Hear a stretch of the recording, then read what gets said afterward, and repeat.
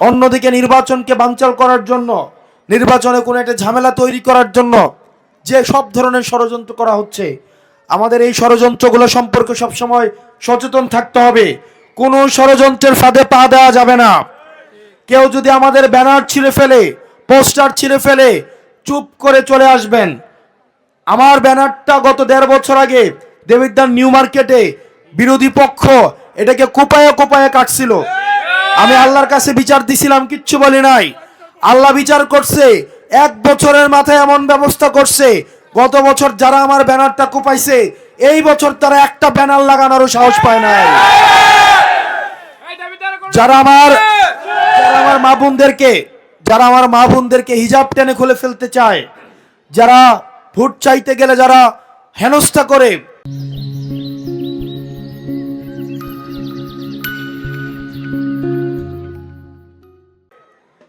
কিচ্ছু বলার দরকার নাই। আল্লাহ উপরে আছে।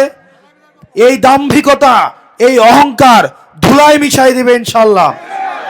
আমার নেতা কর্মীদের প্রতি আহ্বান জানাবো, যারা আমার ভোট করবেন তাদের প্রতি আহ্বান জানাবো, আপনারা কোনো ধরনের কোনো ষড়যন্ত্রের ফাঁদে পা দেওয়ার দরকার নাই।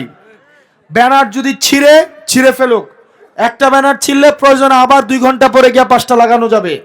কোনো দরকার নাই, কারোর সাথে কোনো ধরনের সহিংসতা করার দরকার নাই। কেউ যদি আইসা আপনাকে মারে, মাথা নত করে ক্ষমা চেয়ে চলে আসেন। আমরা 12 তারিখ সুষ্ঠু সুন্দরভাবে ভোটটা করি, সবাইকে নিয়ে আমরা সুন্দরভাবে দেবিদ্বারটা করবো ইনশাল্লাহ। এবং এই যে ছেলেটা দেখেন, আপনারা যখন মনে হবে দুর্নীতি করবেন, যখন মনে হয় চাঁদাবাজি করবেন, এই ছেলেটা, ওর নাম হচ্ছে শহীদ সাগর, এই যে লাল গেঞ্জি পরা ছেলেটা, ভোট দেওয়ার বয়স হয় নাই, যাদেরকে বাচ্চা কাচ্চা বলে সব সময় হচ্ছে হেনস্থা করা হয়, সব সময় ছোট করা হয়, এই ছেলেগুলা যখন রক্ত দেওয়ার দরকার হয়েছে, এই ছেলেগুলা কিন্তু 2 বার ভাবে নাই। রক্ত দেওয়ার সময় কিন্তু এই ছেলেগুলা রাস্তায় এসে নিজের তাজা রক্ত ঢেলে দিয়েছে। প্রিয় ইউসুফপুর, রসুলপুর এবং শালগড়বাসী, অনেক তো মতপার্থক্য আমাদের মধ্যে ছিল। এই ছেলেগুলার দিকে তাকায়া, যারা রক্ত দিয়েছে, শহীদ হয়েছে, তাদের দিকে তাকায়া পরবর্তী বাংলাদেশটাকে সুন্দর রাখার জন্য আপনারা নিজেদের মতপার্থক্য ভুলে গিয়ে একটা সুখী সমৃদ্ধ উন্নত দেবিদ্বার আমরা চলেন একসাথে করি। আপনাদের মধ্যে হচ্ছে মতপার্থক্য থাকতে পারে, রাজনৈতিক বিভিন্ন প্রতিপক্ষ থাকতে পারে, আল্লাহর দোহাই লাগে আমাদের দিকে তাকায়া, যাদের জন্য আপনারা বাংলাদেশটা করতে চান, সমাজটা রেখে যেতে চান, তাদের দিকে তাকায়া, আপনারা মুরব্বী যারা আছেন, আমাদের দিকে তাকায়া আপনারা একসাথে কাজটা করেন। আপনারা পারবেন তো?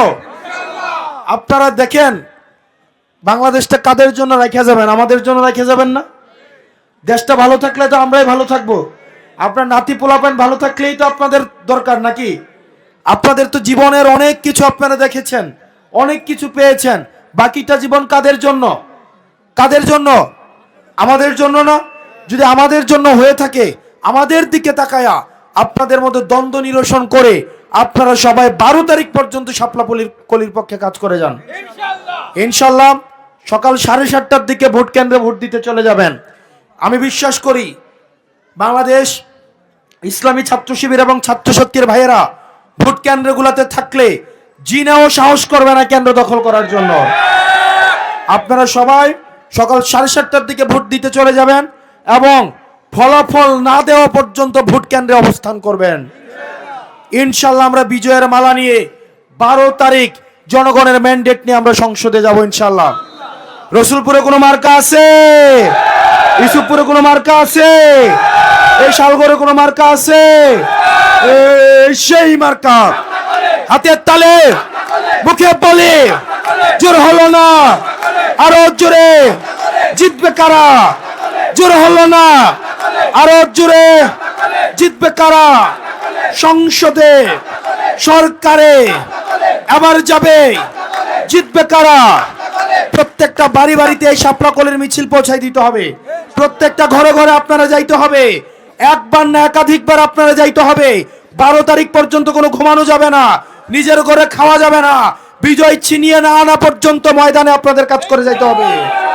আপনারা সবাই ভালো থাকবেন, সুস্থ থাকবেন। বিভিন্ন জায়গা থেকে আপনারা যারা আসছেন আপনাদের প্রতি কৃতজ্ঞতা।